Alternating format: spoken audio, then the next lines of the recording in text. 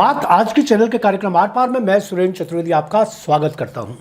दोस्तों, राज्य का एक अलग और अनोखा पुलिस अफसर भी है। कौन है, आइए बात करते हैं।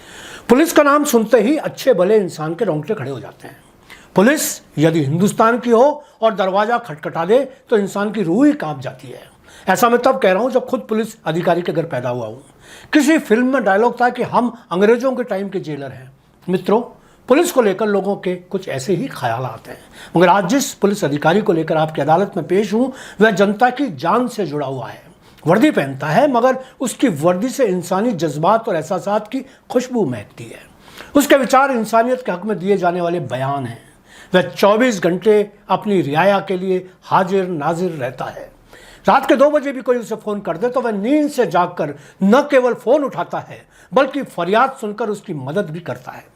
फरियादी इधर फ़ोन रखता है, उधर संबंधित थाने या कंट्रोल रूम से फ़ोन खनखनाता है। उठाने पर आवाज़ आती है, जी मैं पुलिस कंट्रोल रूम से बोल रहा हूँ, बताइए आपकी क्या सेवा कर सकता हूँ। यह पुलिस ऑफिसर फिर सुबह उठकर संबंधित फरियादी से संपर्क करता है। वह सिर्फ वर्दी के रौब में डंडे नहीं घुमाता बल्कि स्कूलों में जाकर नई पीढ़ी को जिंदगी के अर्थ समझाता है। अकस्मात आने वाली मुश्किलों से दो हाथ करने के गुर भी सिखाता है।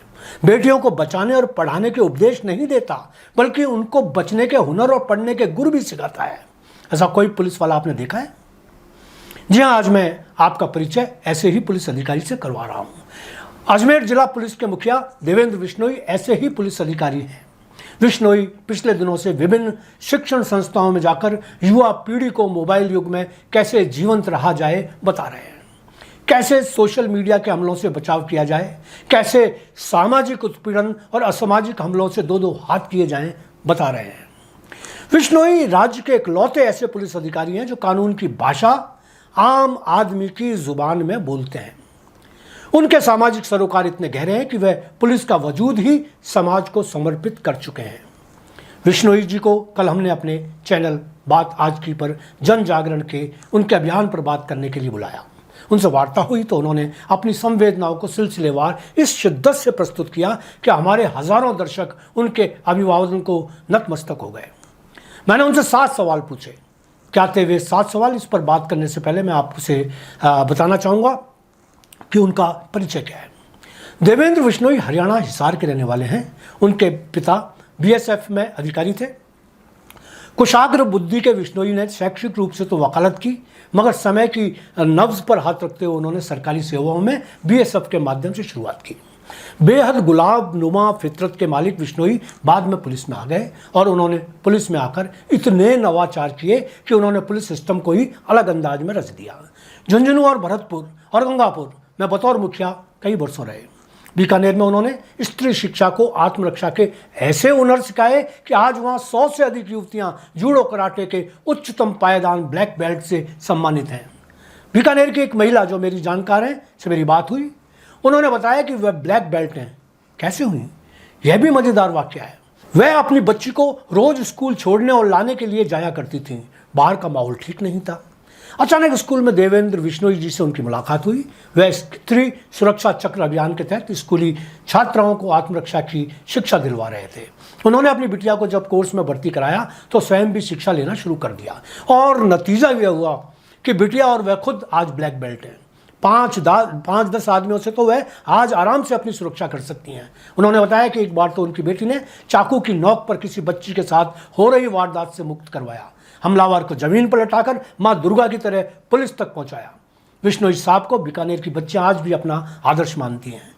बिश्नोई जी धार्मिकता को आत्मा से स्वीकारते हैं, मगर वह धर्मांध नहीं। उनका मानना है कि साधु संतों और बाबाओं के लिए भी आचार संहिता होनी चाहिए। उनके अनुशासन को भी कड़े नियमों की पालना से जोड़ा जाना चाहिए। इसके लिए वह जहाँ रहे जहाँ गए उन्होंने आडंबरी बाबाओं और धर्मगुरुओं को टटोला और खुलकर उनको नियमबद्ध नियंत्रण करने की नसीहत दी। सामाजिक कुरीतियों का विरोध किया और परिवेश की पवित्रता के प्रयास किए। अजमेर में जिस तरह वे अब तक लगभग 30 स्कूलों में जाकर युवा पीढ़ी को सुरक्षित रखने की शिक्षा दे चुके हैं, वह काबिले दाद है। उनकी भविष्य में योजना है कि वह शीघ्र ही बच्चों में बढ़ती हुई हिंसक प्रवृत्तियों और नशे की लत पर विधिवत रोकथाम के लिए स्कूलों में अभियान शुरू करें। यही नहीं, वह यातायात नियमों और सड़क सुरक्षा पर भी गंभीर हैं। वह शीघ्र ही इन मुद्दों पर भी युवा पीढ़ी को जागरूक करेंगे। हो सकता है आप कहें कि पुलिस अधिकारी को यह सब करने की जरूरत क्या है, यह काम तो समाज सुधारकों के हैं। विश्नोई यह नहीं मानते। उनका कहना है कि पुलिस समाज में कानून व्यवस्था कायम रखने के लिए तो है ही, पर समाज को अपनी सुरक्षा कैसे हो यह सिखाने के लिए भी है। समाज ने उनको सम्मान दिया है तो उसकी सुरक्षा के लिए पुलिस भी प्रस्तुत रहनी चाहिए। बात आज के चैनल पर उन्होंने किस तरह मेरे 7 सवालों के जानदार जवाब दिए, जानने के लिए आप मेरे फेस अकाउंट पर तो वीडियो देख ही सकते हैं। अभी इसके बाद मैं उसे जोड़ रहा हूं, आप देखें कि किस तरीके से उन्होंने मेरे 7 सवालों के जवाब दिए। धन्यवाद। बात आज की चैनल के कार्यक्रम आज का सवाल में मैं सुरेंद्र चतुर्वेदी आपका स्वागत करता हूं। दोस्तों, आज का सवाल है पुलिस सिस्टम, उसकी भूमिका और उसकी चुनौतियां। सवालों का जवाब देने के लिए हमारे स्टूडियो में मौजूद हैं राजस्थान के सबसे लोकप्रिय, संवेदनशील आईपीएस और अजमेर के पुलिस कप्तान देवेंद्र विश्नोई। विश्नोई जी, मैं आपका हमारे चैनल में स्वागत करता हूं, अभिनंदन करता हूं। आप आए, इसके लिए आपका बहुत बहुत आभार। मित्रों, आपको बता दूं कि विश्नोई जी राजस्थान के सर्वाधिक लोकप्रिय और चर्चित पुलिस अधिकारी हैं। युवा पीढ़ी के लिए वह मार्गदर्शक, आदर्श और नायक हैं। पुलिस सिस्टम में नवाचार के आप पुरोधा हैं।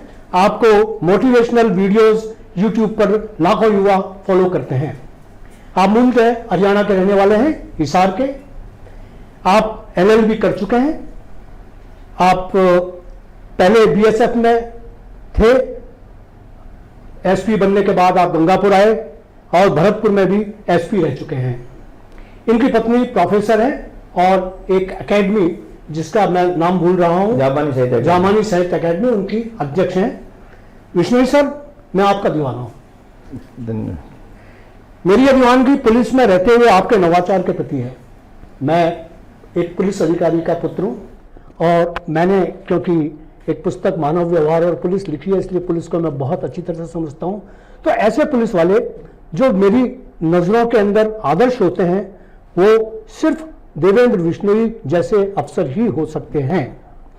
मैं अभी आपको मैंने बताया भी था कि दिनेश NM जो हैं आपके अधिकारी, उनके ऊपर मैं किताब लिख रहा हूं, आधी किताब हो चुकी है और बड़ी तेजी से उसका चल रहा है। तो शहर के दोस्तों, आपके बीच में देवेंद्र विश्नोई हैं जिन्हें आप YouTube पर देखते रहे होंगे। आपका सबसे बड़ी बात जो है वो मैं ये बता देना चाहता हूं कि शायद ही देश का कोई ऐसा पुलिस अधिकारी हो जो रात के 2 बजे भी अपने दिए हुए नंबर पर फोन को उठा लेता हो। लोग, थानेदार और इस पोस्ट के लोग बाग भी नहीं उठाते हैं और जनता की समस्याओं से कोई सरोकार नहीं रखते हैं, लेकिन आप सामाजिक सरोकारों के अधिकारी हैं, इसलिए आप इनके फोन पर कोई भी व्यक्ति रात के 2 बजे भी कर सकता है, 3 बजे भी करता है, वो फोन जरूर उठाएंगे और फोन उठाकर आपकी बात सुनेंगे और आपको सही सुझाव देंगे कि आपको कहां किससे संपर्क करना है, किस थाने में जाना है, किस अधिकारी से बात करनी है। ये ऐसा अफसर मैंने अपनी जिंदगी में नहीं देखा और मैं नहीं समझता हूं कि अजमेर में कभी ऐसा अफसर आ सकता है।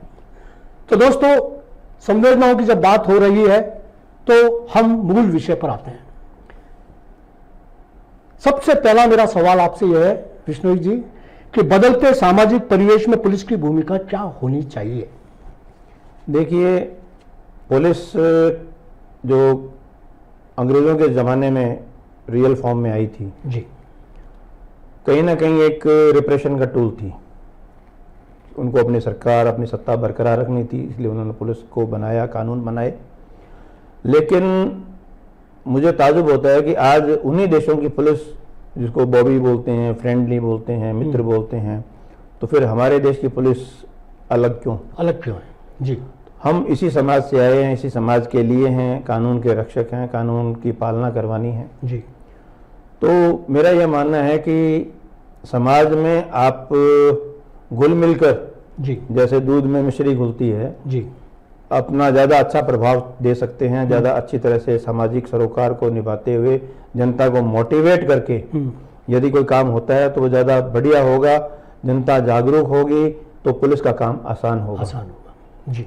तो इसको लेकर जैसा आपने नवाचार की बात की थी, तो नवाचार में मैं आपको बता दूं कि मैंने BSF में कमांडो कोर्स किया जी। कमांडो कोर्स में एक टेक्निक सिखाते हैं unarm combat, judo karate, judo karate, okay. उसको अनआर्म कॉम्बैट बोलते हैं, बिना हथियारों के, नियति फोर्स। तो मेरे पास, मैं जब बीकानेर सीओ सिटी लगा हुआ था, तो मेरे पास हमारे वहाँ पर एक संस्था के जूडो कराटे के आए, उनका साहब एक फंक्शन में हम आपको बुलाना चाहते हैं जी। फंक्शन में गया, उनसे बातचीत हुई, तो उन दिनों एक जो टॉपिक आज भी है कि साहब बच्चियों के साथ स्कूल के बाहर छेड़छाड़ होती है जी।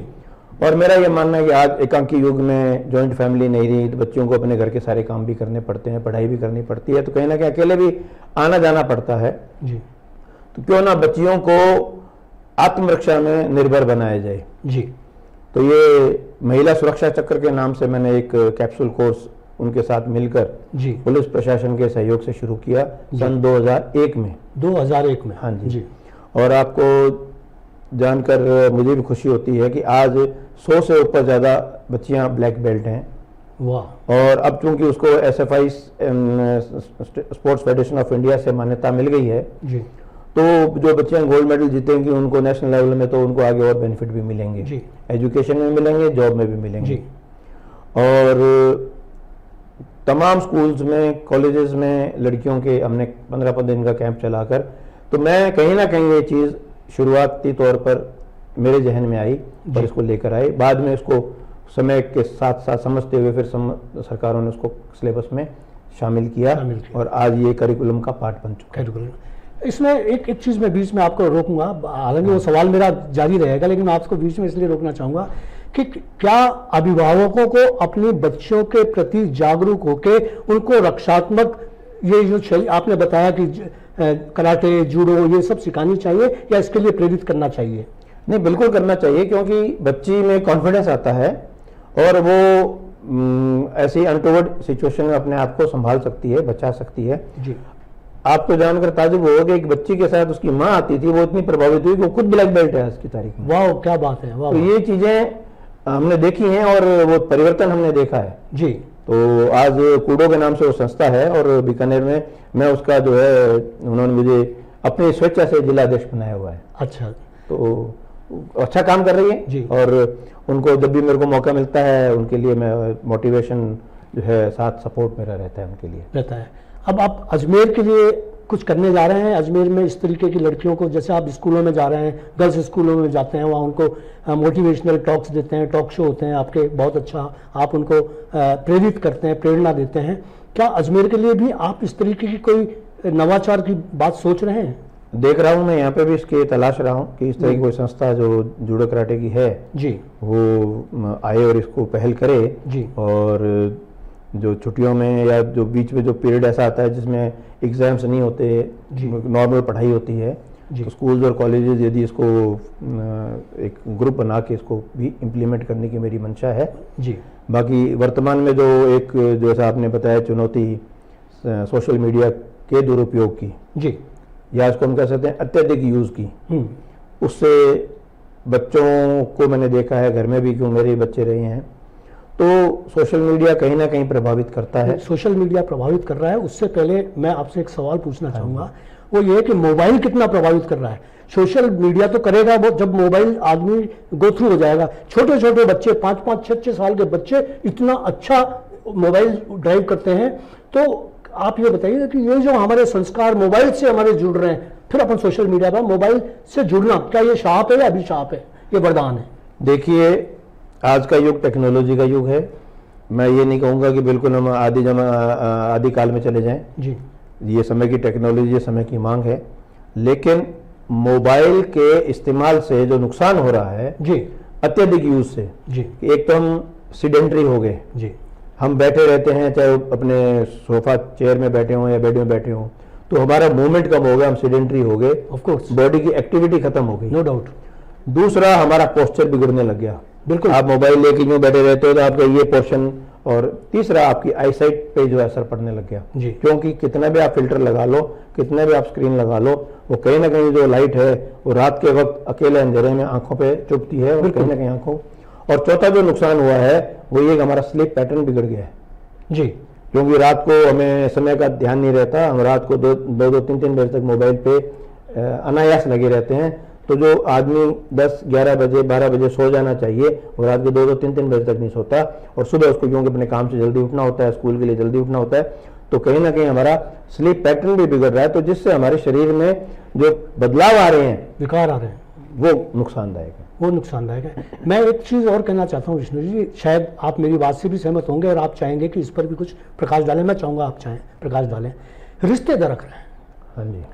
हम मोबाइल से इतने वो हो गए कि बच्चा अपने पिता से बात नहीं कर रहा, पिता अपनी माँ से बात नहीं कर रही, माँ और मतलब एक पूरे परिवार के अंदर एक मोबाइल जो है वो केंद्र बन गया है। सब अपने अपने मोबाइल लेकर अपनी अपनी व्यवस्थाएं कर रहे हैं, रिश्ते कहीं दरक रहे हैं। इस पर आप क्या कहना चाहेंगे? इसमें मैं हालांकि मैंने पढ़ा भी था और महसूस भी करता हूँ, लेकिन एक टॉक में जब मैं गया और बच्ची को बोलने के लिए हमने मौका दिया, उस बच्चे ने आगे ये कहा कि सर मैं मेरी तरफ से कहना चाहूंगी कि इस सोशल मीडिया ने, इस मोबाइल ने हमें अनसोशल कर दिया है। क्या बात है। एक ही छत के नीचे, जी बिल्कुल वही मैं बात, पूरे घर के 3 या 4 मेंबर, 5 मेंबर बैठे हैं, लेकिन हर मेंबर अपने मोबाइल में लगा हुआ है। जी मैं एक किस्से के तौर पे उनको बताता हूँ कि किस प्रकार जो है कमरे में बैठे हुए माँ पूछ रही है बच्चों से कि डिनर में क्या बनाऊं, तो बच्ची मोबाइल में चैट कर रही है कि साहब मेरे लिए अमुक अमुक चीज बना दो, बेटा अपनी फरमाइश कर रहा है, पति अपनी फरमाइश कर रहा है, वो सब चैट के थ्रू कर रहे हैं, आपस में बात कोई नहीं कर रहा। तो संवादहीनता हो गई, संवादहीनता आ गई, और ये संवादहीनता भी कहीं ना कहीं जो आज अभिभावकों और बच्चों के बीच में होनी चाहिए वो खत्म हो रही है। और जो साइबर क्राइम में जो घबराहट पैदा हो रही है वो इसलिए हो रही है कि मैं मेरे बच्चे को जानता ही नहीं हूँ। बहुत अच्छी बात है। यदि मैं मेरे बच्चे को जानता हूं तो दुनिया के 100 लोग भी आके कह देंगे आपके बच्चे ने ऐसा किया है, तो मुझे यकीन नहीं होगा कि ये झूठ बोल रहे हैं, मेरा बच्चा ऐसा नहीं कर सकता जी। तो ये भी कहीं ना कहीं उसका कारण है। बिल्कुल सही कह रहे हैं आप विष्णु जी। एक बात और मैं आपसे जानना चाहूँगा, मेरा ये है कि बच्चे छोटी उम्र के अंदर इतने जवान हो रहे हैं। अभी मैंने आंध्रा का एक केस सुना, उसमें 10वीं क्लास के बच्चों ने एक 8वीं क्लास की बच्ची के साथ न केवल रेप किया बल्कि उसकी नृशंस हत्या करके और उसको नदी में फेंक दिया, नहर में फेंक दिया। ये एक घटनाक्रम, और ये आम बात है, आए दिन हो रहा है। अपने अजमेर में, केकड़ी में, इधर उधर आए दिन आपको मिल रहा है। या ये क्या है, इसके पीछे मनोवैज्ञानिक क्या चीज है? देखिए आज का जो युग है इसमें आपके पास 5G टेक्नोलॉजी आ गई जी, जो मैं कहता हूँ पेरेंटल कंट्रोल एंड गाइडेंस जी का अभाव है जी। मेरा बच्चा, मैंने 12वीं तक उसको मोबाइल और मोटरसाइकिल के लिए मना कर दिया था जी। और नहीं दिया, और वो बच्चा आज इस चीज को स्वीकार करता है कि पापा ने जो किया वो ठीक किया, क्योंकि वो ग्रेजुएट हो चुका है, वो अपना बिजनेस कर रहा है जी।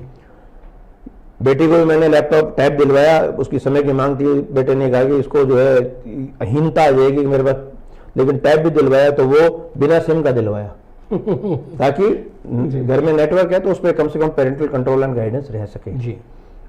तो ये जो मैं कह रहा हूं कि हमारे पास दुनिया भर का ज्ञान ए से लेके जेड तक सहज सुलभ है, पेरेंटल कंट्रोल और गाइडेंस नहीं है।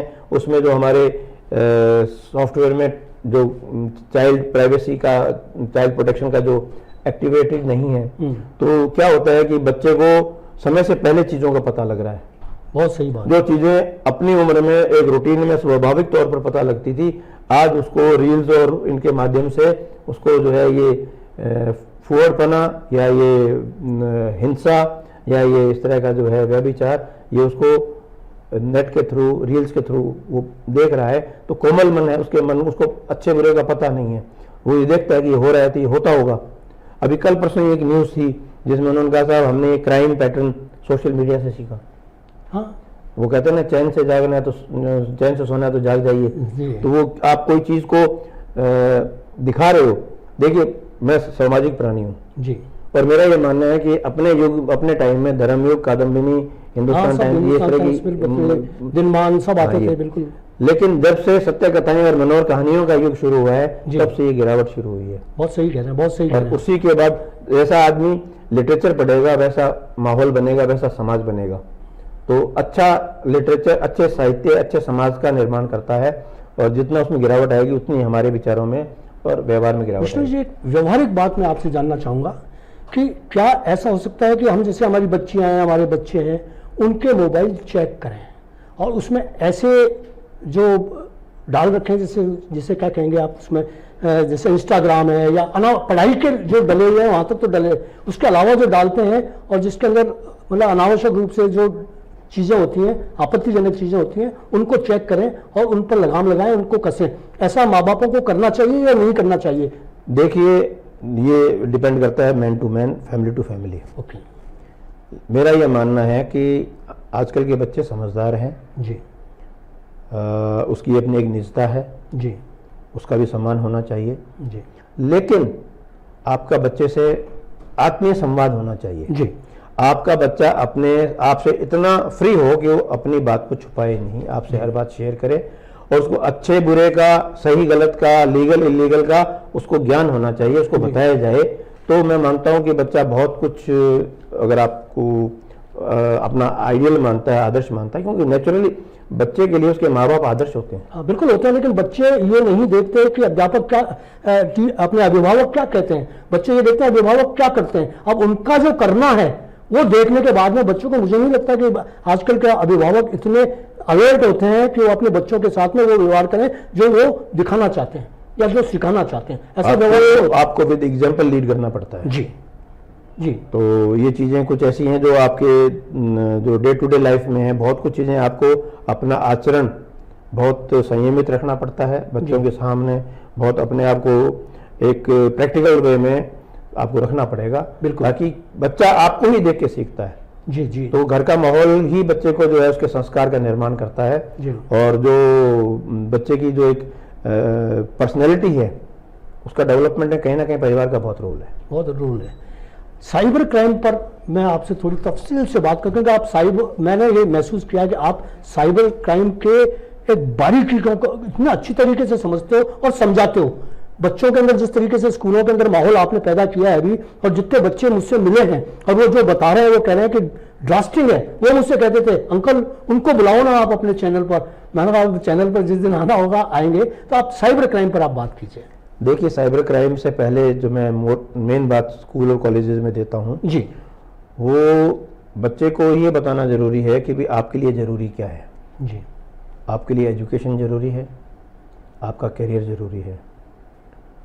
कहते माँ बाप भी हैं, लेकिन माँ बाप की बात को बच्चा कई बार लाइटली ले लेता है। एक रिस्पेक्टेबल पोस्ट से या पुलिस का अधिकारी जाकर उनको बताता है और समझाता है कि भी आपका करियर, और उस करियर के लिए आपकी जो दिनचर्या है जिसमें आपके क्या क्या जिंदगी के आपके प्रत्येक दिन में या जिंदगी के लाइफ के क्या क्रियाकलाप हैं जी, उसमें कौन से तो इम्पोर्टेंट हैं, कौन से ऐसे हैं जो आपके टाइम वेस्टर्स हैं।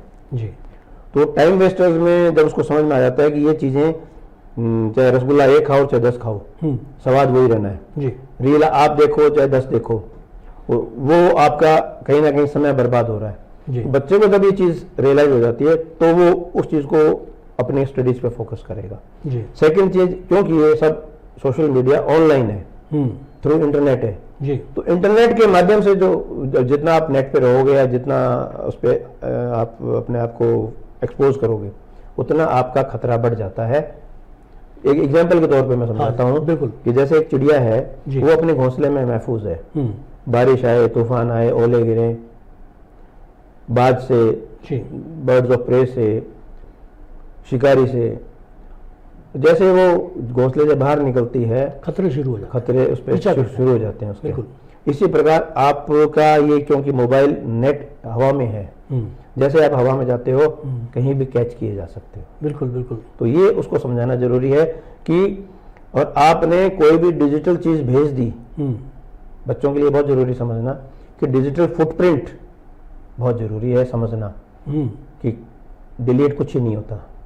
अच्छा जी, डिलीट जो ऑनलाइन इंटरनेट पर चला गया, नो बॉडी कैन डिलीट। इस सृष्टि का कोई भी एक्सपर्ट आदमी उसको डिलीट नहीं कर सकता। इवन मोबाइल में भी आपकी गैलरी से डिलीट होता है, उसकी पता नहीं क्या क्या उसमें अंदर फाइल फोल्डर्स बने हुए हैं, कहाँ जाकर वो सेव होता है। जी, जिस प्रकार नील आर्मस्ट्रॉन्ग का पैर चांद पे परमानेंट जमा हुआ है, फुटप्रिंट है, वैसे डिजिटल फुटप्रिंट होता है। जी, ये बच्चे को जब समझ में आ जाता है तो उसको पता है कि कितनी खतरनाक चीज़ है अपनी कोई पर्सनल बात शेयर करना, क्योंकि ज़्यादातर बच्चियों के साथ ये बहुत आ रहे हैं कि फोटो के थ्रू उसको जो है ब्लैकमेल करना।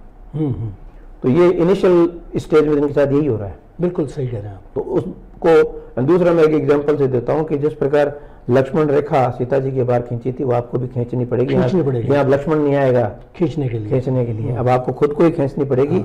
आपकी खुद की मर्यादा, समाज की मर्यादा, परिवार की मर्यादा और आपकी डिजिटल रेपुटेशन जी को आप ही बचा सकते हो। तो ये बच्चे को आजकल समझ में आने लग गया है। और ये चीज़ जब मैं उसको समझाता हूँ तो ये मैं मानता हूँ कि ये जो इससे रिलेटेड जो क्राइम हो रहे हैं कम से कम उस पर तो कमी आएगी। एक बहुत सोसाइटी के अंदर एक बड़ा अच्छा शब्द बच्चों के लिए है गुड टच बैड टच, तो उस पर आप क्या कहना चाहेंगे? गुड टच बैड टच तो देखिए ये बहुत प्राइमरी लेवल की बात है। जी हाँ, लेकिन है जरूरी नहीं है, जरूरी है, क्योंकि देखिए एक वर्ड है अंग्रेजी में इंसेस्ट।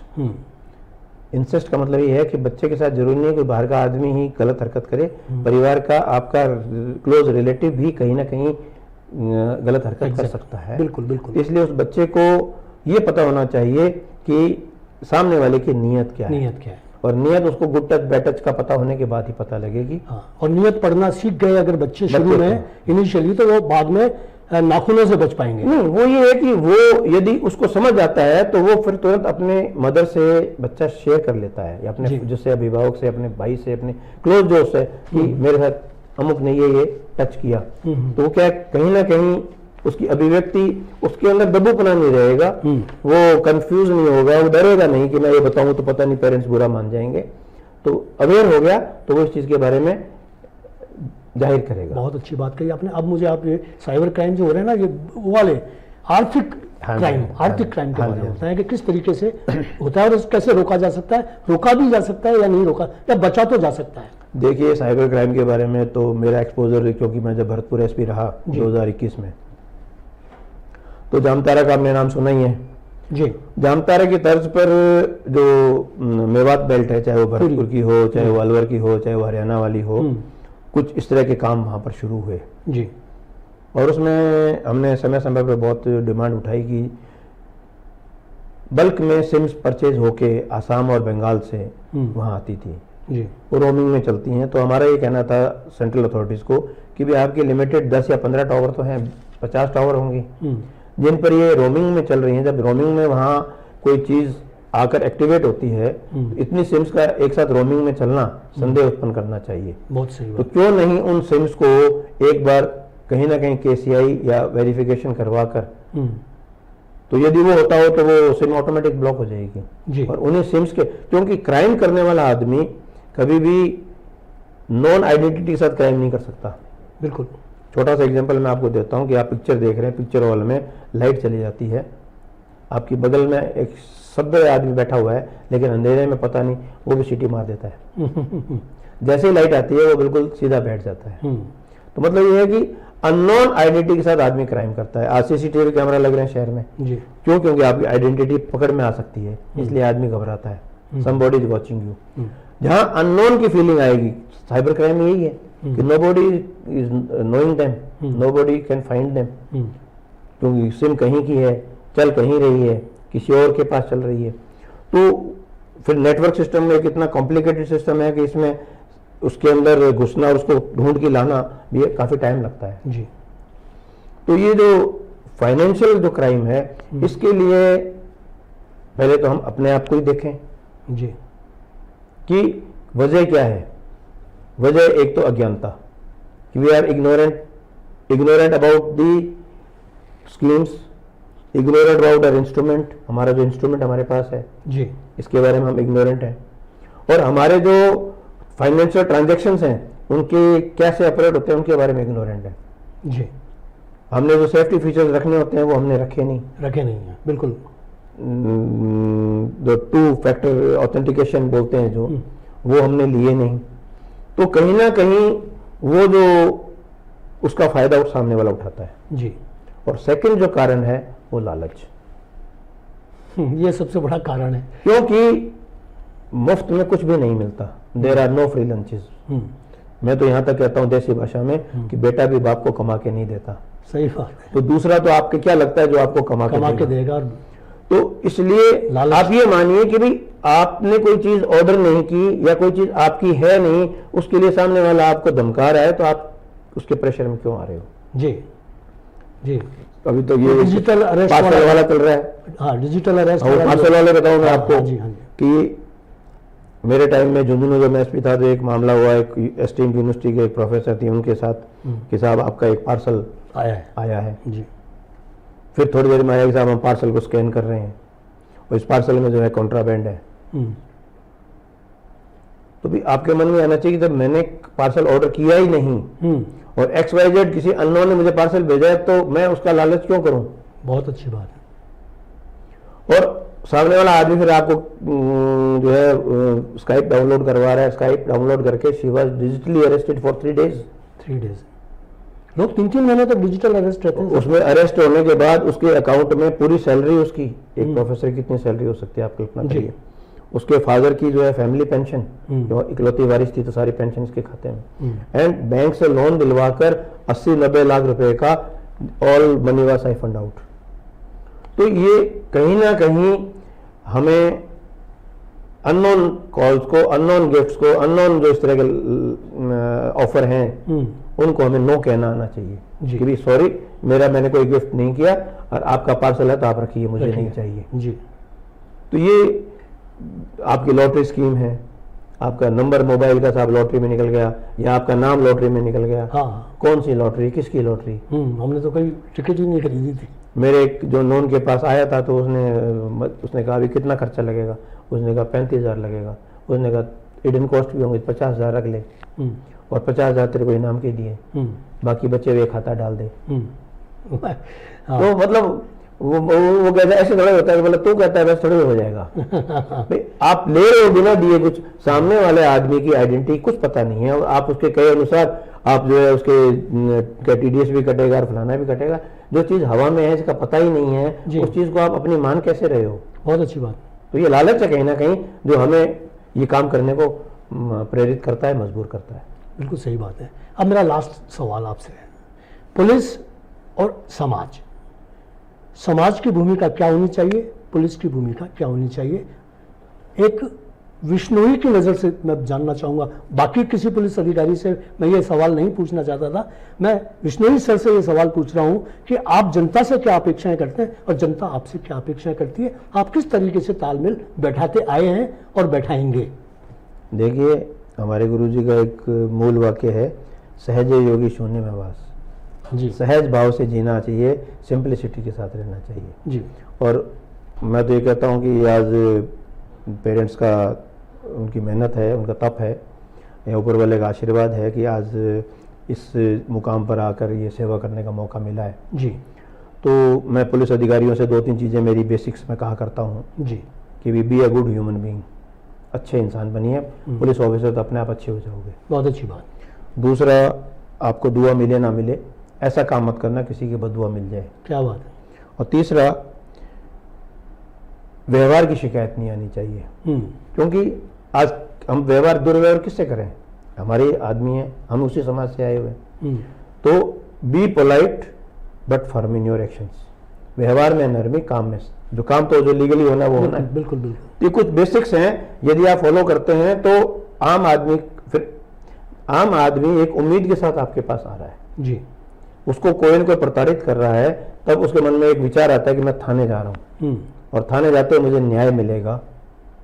उस एक उम्मीद के साथ, न्याय की उम्मीद में आपके पास आता है और उसे आप ना उम्मीद कर देते हैं जी।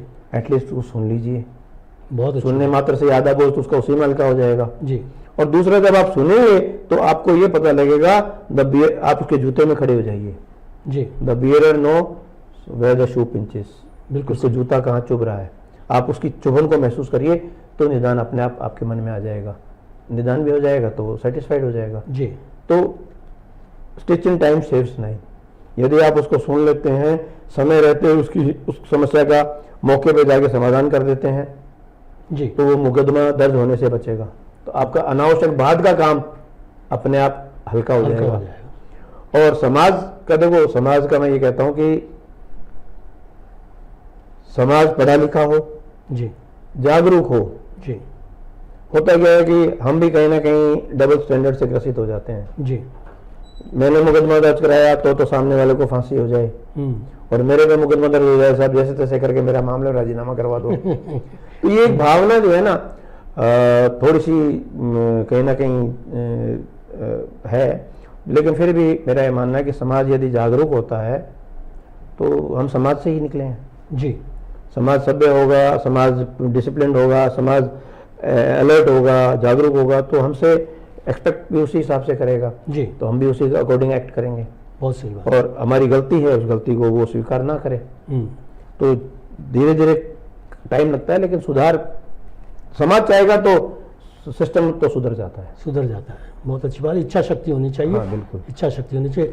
तो मित्रों, अजमेर शहर की जो जनता इस कार्यक्रम को देख रही है, उन्होंने अपने पुलिस कप्तान देवेंद्र बिश्नोई को सुना, देखा कि कितने व्यवहारिक पक्ष को रखते हुए उन्होंने अपनी बात कही। मेरे सवालों के कितने व्यवहारिक उत्तर उन्होंने दिए। मैं समझता हूँ कि ऐसे पुलिस अधिकारी अगर राजस्थान के हर ज़िले में हो जाएं तो मुझे नहीं लगता कि जनता को कोई बुरी बात महसूस होती होगी। बच्चों को जो उन्होंने शिक्षा दी, वो शिक्षा बच्चे गांठ बांध ले, अभिभावक गांठ बांध ले। ऐसे लोग जो थोड़े से लालच के अंदर अपनी सारी की सारी कमाई को दे बैठते हैं, वो भी सावधान रहें। बच्चे सावधान रहें मोबाइल से। सारी बातें आपने सुनी। मैं आपका आभार व्यक्त करता हूं कि आपने इतनी अच्छी बातें हमारी शहर की जनता को बताई।